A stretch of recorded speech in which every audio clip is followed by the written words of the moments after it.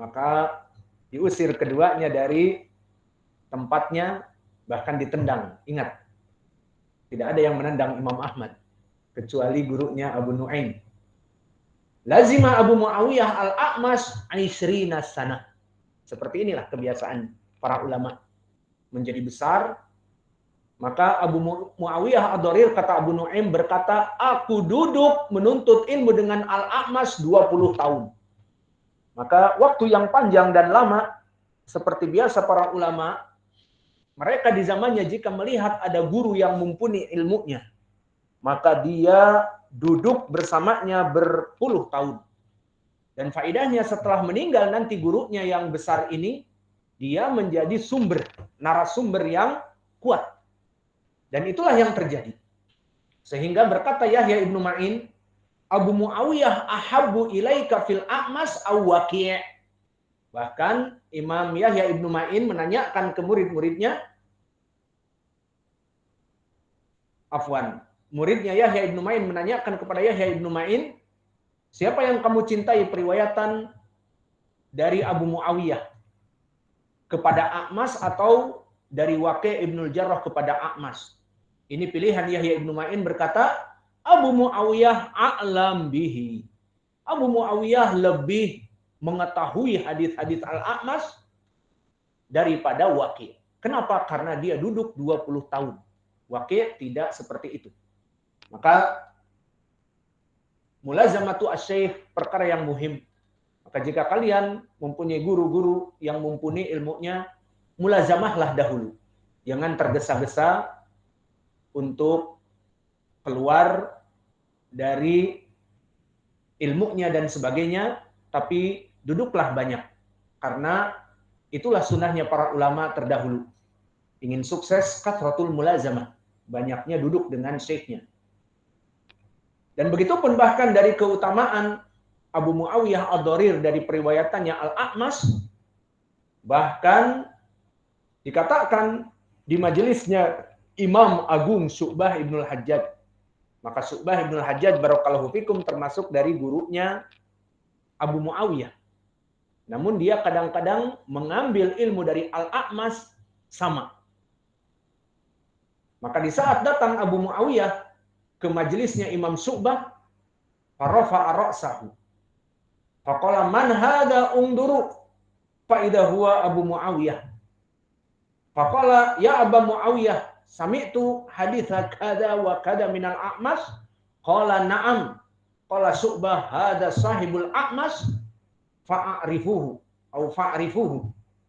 Maka di saat dia datang ke majelis Imam Syu'bah, Imam Syu'bah di tabaqah yang ke-7.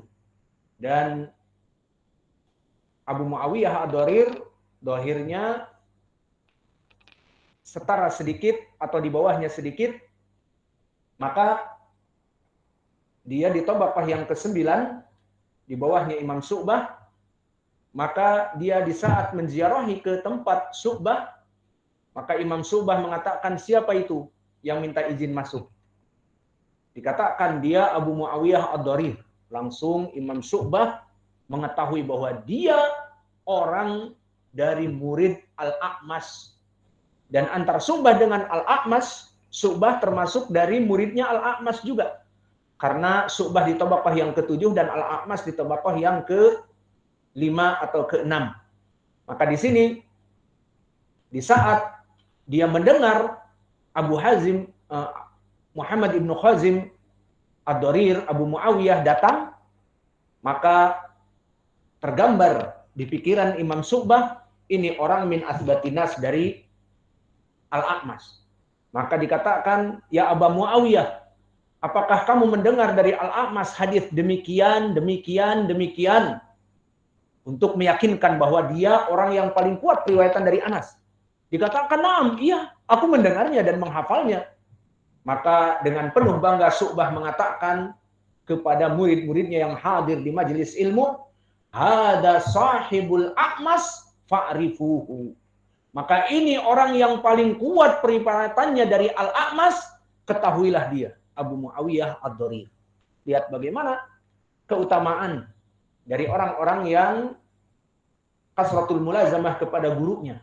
Gurunya meninggal, dia menjadi sumber atau narasumber setelah gurunya. Maka Abu Muawiyah ad-Dharir, Muhammad ibnu Khazim, di tabaqah yang ke-9, maka dia adalah tabaqah yang kecil dari kelompok itba'ut tabi'in.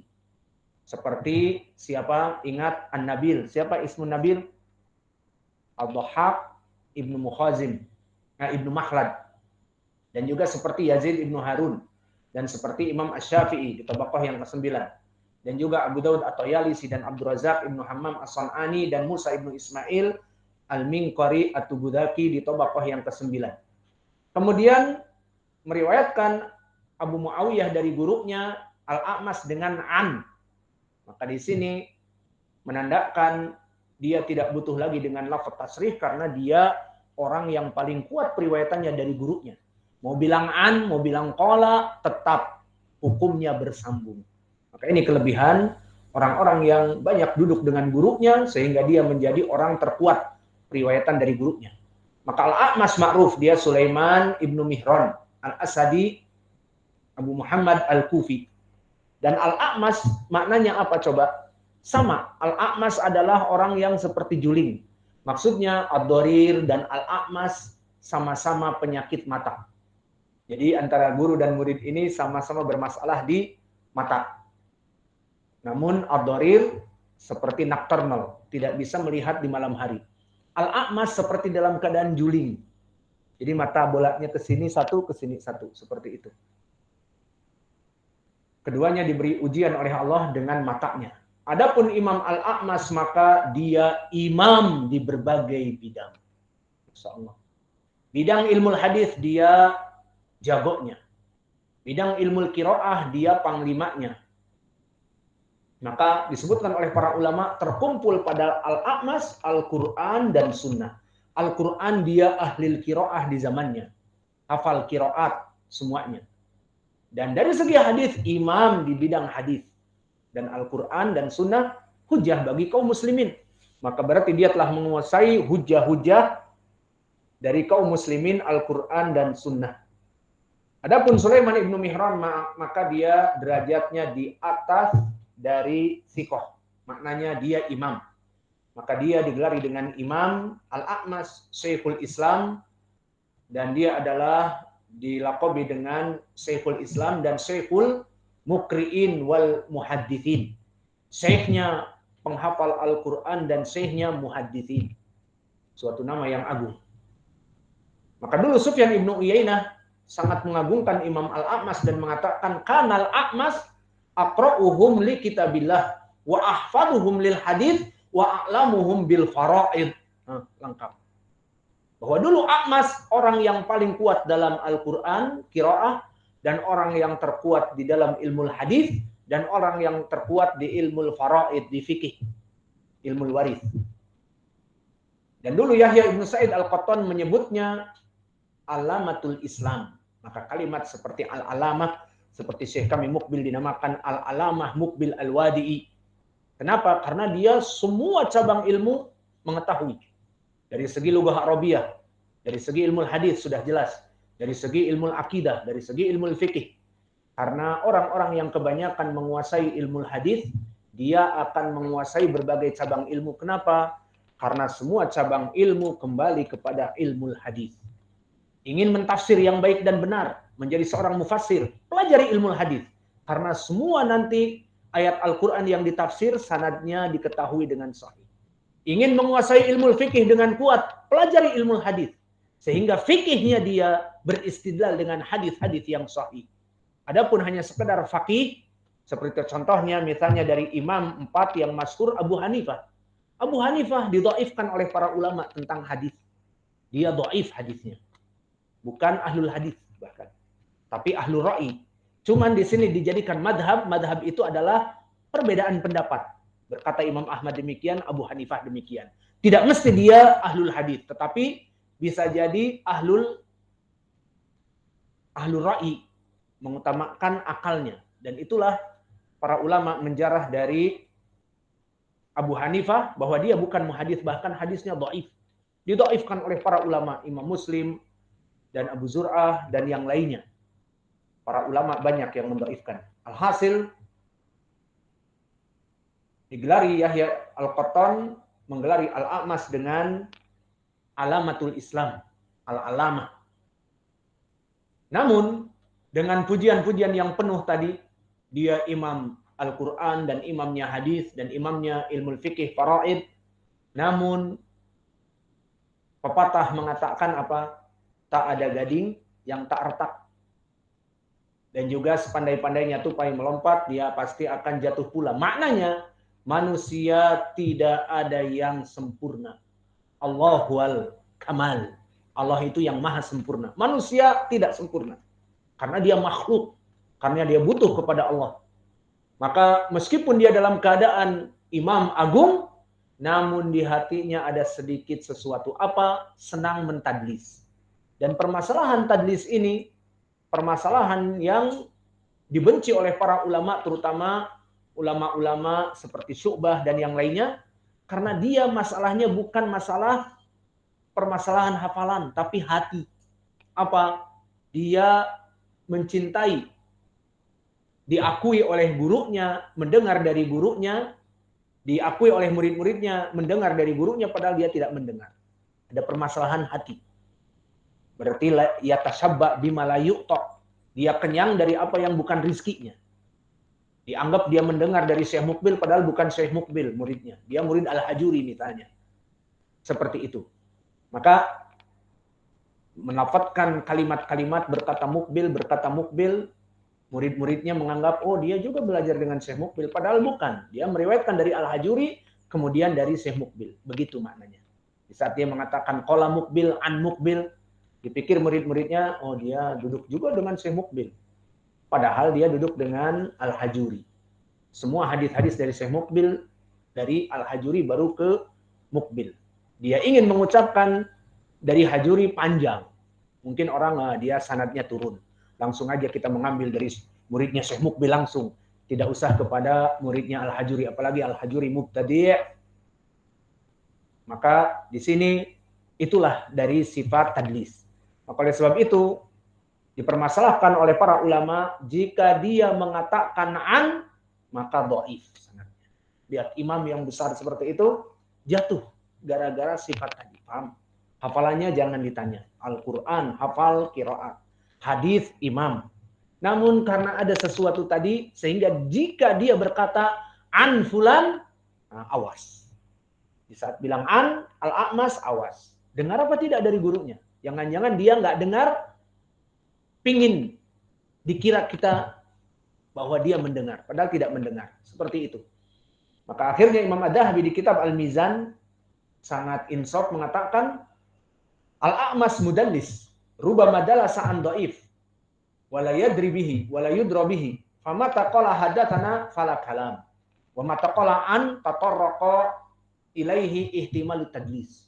Jika dia mengatakan hadatsana sudah selesai, tidak ada apa-apanya. Dia langsung diterima hadisnya karena imam. Namun di saat dia berkata an atau qala, ini dia sumber masalah. Kecuali dari 3 gurunya yang masyhur. Siapa saja? Pertama, Abu Saleh Ad-Dhakwan. Kedua, Ibrahim Ibnu Yazid An-Nakhai. Ketiga, Syaqiq Ibnu Salamah Abu Wa'il, Syaqiq Ibnu Salamah. 3 orang ini semua periwayatan Al-A'mas meskipun datang dengan an-anah atau qala yang ada mutasrih bisa bersambung. Kemudian berkata Al-A'mas, lihat di sini sanadnya disebutkan Imam Al-Bukhari dari gurunya yang 2. Berkata Imam Al-Bukhari dari Al-A'mas an Zaid ibni Wahbi wa Abi Dhobian. Maka di sini Imam Al-Bukhari menyebutkan 2 guru dari Al-A'mas. Permasalahan rawi-rawi yang mudallis jika diriwayatkan oleh Imam Al-Bukhari ataupun Muslim, pertama bisa menjadi bersambung. Karena syarat Imam Al-Bukhari dan Muslim tidak meriwayatkan dari guru-guru yang diriwayatkan oleh murid-muridnya kecuali dia bersambung. Dan rawi-rawi yang mudallis yang ada di dalam Sahih Al-Bukhari dan Muslim bisa jadi sahih. Karena syarat Imam Al-Bukhari sangat keras. Lalu siapa di sini Zaid ibnu Wahab? Dan dimutabaahi ataupun digandeng dengan Abu Dhobyan. Maka di sini juga jika dikatakan al-a'mas setelah an-anah, maka datang dari dua guru. Jika an-anah dari dua jalan, maka bisa terangkat kepada Hasan li ghairi paling sedikit. Itu maknanya. Maka siapa Zaid ibnu Wahab? Di sini Zaid ibnu Wahab al-Juhani, Abu Sulaiman, dan dia mukhadram thiqatun jalil. Maka dia dikatakan oleh Imam Yahya ibnu Ma'in thiqah, dan Muhammad ibnu Sa'ad di Tabaqat al-Kubra kana thiqatun katsirul hadits. Maka Zaid ibnu Wahab al-Juhani dia rawi yang thiqah. Dan dia mukhadram. Apa itu mukhadram ya Hudzaifah? Yakni dia itu orang yang hidup di zaman Nabi tetapi belum masuk Islam, sehingga tidak mendengar dari Nabi, tapi hidup di zaman Nabi. Atau dia masuk kepada Islam di zaman Nabi namun jauh, seperti siapa? Uwais Al-Qarni dan yang lainnya. Dia tidak bertemu dengan Nabi, bertemu setelah di zaman Umar. Naik Khalifah Abu Bakar, kemudian di zaman Umar baru datang ke Madinah. Maka di sini kelompok mukhadram, apakah khobarnya seperti sahabat? Tidak. Maka dia butuh kepada tausik, apakah thiqah atau tidak. Maka di sini Zaid ibnu Wahab mukhadram. Bisa jadi dia masuk Islam dan belum bertemu dengan Nabi di negerinya. Dia datang ke Madinah dan Nabi sudah meninggal misalnya. Maka dia rawi yang thiqah, dithiqahkan oleh Yahya ibnu Ma'in dan Ibnu Sa'd. Adapun Abu Dhobyan, maka dia itu Husain ibnu Jundub. Sama. Di sini pun dia dalam keadaan minatsaniyah. Apa makna minatsaniyah? Tabaqah tsaniyah apa maknanya? Tabi'i yang kabir, seperti Sa'id ibnu Musayyib dan yang lainnya. Dan dia setara dengan riwayatan mukhadram. Maka Abu Dhobyan ataupun Husain ibnu Jundub ini pun rawi yang thiqah, dithiqahkan oleh Imam Ibnu Ma'in dan juga Imam An-Nasa'i dan Abu Zur'ah dan yang lainnya. Kemudian dari Jarir Ibnu Abdillah, meriwayatkan dari Nabi, yang mana di dalam hadis yang ringkas ini disebutkan, berkata Rasulullah sallallahu alaihi wa ala alihi wasallam, la yarhamullah man la yarhamun nas. Apa maknanya? Maknanya penafian dari rahmat Allah bagi mereka orang-orang yang tidak merahmati manusia. Maknanya la yarhamullahu, lafzul jallah Allah fa'il, bahwa Allah tidak merahmati manusia, man la yarhamun nas, selama manusia ini tidak merahmati manusia yang lain. Lalu bagaimana wajah mutabaqah, keselarasan antara hadis ini dengan bab dan dengan kitab tauhid? Keselarasannya seperti tadi disebutkan di dalam ayat Al-Qur'an, di mana Allah berfirman, qul ud'ullah au ud'ur rahman. Di sini pun disebutkan man la yarhamun nas. Maka sifat rahmah diambil dari qul ud'ullah au ud'ur rahman. Maka di sini kita bisa mendapatkan pendalilan bahwa seluruh nama-nama Allah dengan pendalilan dalalah al-mutabaqah menunjukkan sifat-sifat yang sesuai dengan nama tersebut. Di Al-Quran disebutkan Allah namanya apa? Ar-Rahman. Di hadis disebutkan Allah merahmati manusia selama manusia itu merahmati manusia yang lainnya. Ini pendalilan yang kita inginkan, bahwa nama Allah mengandung sifat-sifat yang berhubungan dengan itu. Mana dalilnya? Allah di Al-Quran berfirman, qul ud'ullah au ud'ur rahman. Maka sebutkan nama Ar-Rahman untuk Allah. Allah mempunyai nama Ar-Rahman. Kaidah tadi mengatakan setiap nama-nama Allah yang mulia dan yang baik itu mempunyai sifat yang mulia yang sesuai dengan lafadznya. Apa lafadznya? Ar-Rahman. Berarti apa? Allah mempunyai sifat rahmah. Mana dalil dari kaidah ini? Hadis ini. Di Al-Quran disebutkan Au'udur Rahman, Allah mempunyai nama Ar-Rahman. Sifatnya disebutkan bahwa Allah Jalla wa'ala tidak akan merahmati seseorang sampai seseorang itu merahmati manusia yang lainnya. Maknanya Allah mempunyai sifat Ar-Rahman. Dari mana? Dari namanya Ar-Rahman. Paham ya? Sehingga kaidah ini, kaidah yang penting, seluruh nama-nama Allah Al-Ghafur, Ar-Razzaq, Al-Wadud, Al-Muhaimin, dan yang lainnya yang ada di Al-Quran dan Sunnah, kita sifatkan nama-nama yang mulia ini dengan sifat-sifat yang mulia sesuai dengan namanya. Fahim al-an? Mana dalilnya ini? Disebutkan di Al-Quran, Au'udur Rahman, bahwa Allah namanya Ar-Rahman. Juga di Al-Quran yang lain, Bismillahirrahmanirrahim. Maka Ar-Rahman dinamakan juga. Dan sifatnya apa? Allah merahmati hambanya. Dan faedah yang lain dari hadis ini, la yarhamullah man la yarhamun nas.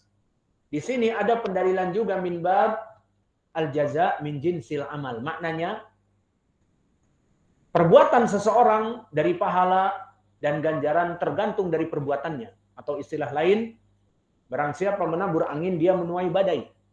Barang siapa yang dia berbuat baik kepada manusia, Allah akan mencintainya. Itu maknanya. Al-jaza min jinsil amal. Bahwa pahala tergantung dari amalannya. Maka di sini maknanya Allah tidak akan merahmati manusia kecuali manusia itu merahmati manusia yang lainnya. Maka ini sesuai hadis yang semakna dengan ini apa? Silahkan dijawab. Innallaha fi aunil abd maka nal abdu fi auni akhih man sahabiyuhu man akhraja. Diriwayatkan oleh Imam Muslim dari Abi Hurairah. Maknanya sama. Innallaha fi aunil abd. Allah akan menolong seseorang. Maka nal abdu fi auni akhi. Di saat orang ini menolong saudaranya. Begitupun di sini. La yarhamullah man la yarhamun nas. Allah tidak akan menolong manusia selama manusia itu tidak menolong Allah. Maka di sini faedah yang paling agung tadi adalah sifat Ar-Rahman. Dari nama Allah Ar-Rahman, Allah mempunyai sifat Ar-Rahman, maknanya mencintai dari makhluk-makhluk yang lainnya. Bahwa Allah mencintai hamba-hambanya. Dan faedah yang kedua juga, kaidah al-jaza min jinsil amal, barang siapa yang dia berbuat baik kepada manusia, Allah akan merahmatinya. Maka mungkin ini yang bisa kita berikan, namun sebelum itu kita mengingatkan hadis ini pendek, maka harus dihafal. Kum.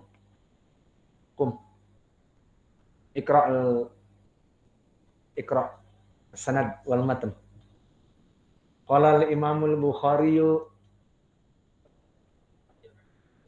Sa'iduk haddatsana Abdullah Abu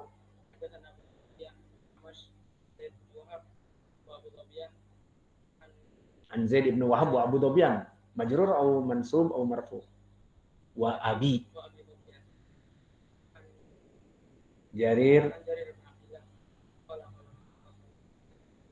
la yarhamullah man la yarhamun nas. Indak ya Hudzaifah, hafidta? Man yahfad? Mudah sanadnya. Qala al-Imam, ayo rame-rame. Qala al-Imam al-Bukhari rahimahullahu taala. Tidak usah melihat, meskipun dengan makna pun tidak apa-apa.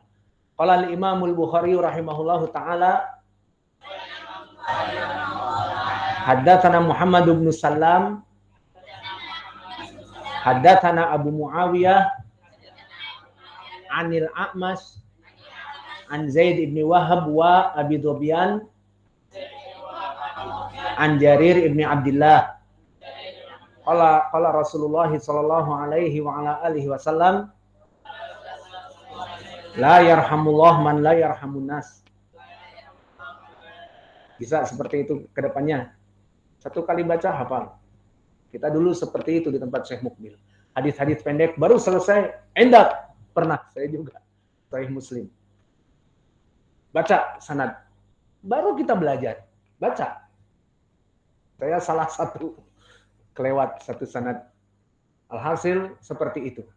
Jadi baca satu kali hafal sanad. Bahkan hafal. Indak Abu Dobyan Masmu. Abu Dobyan Masmu.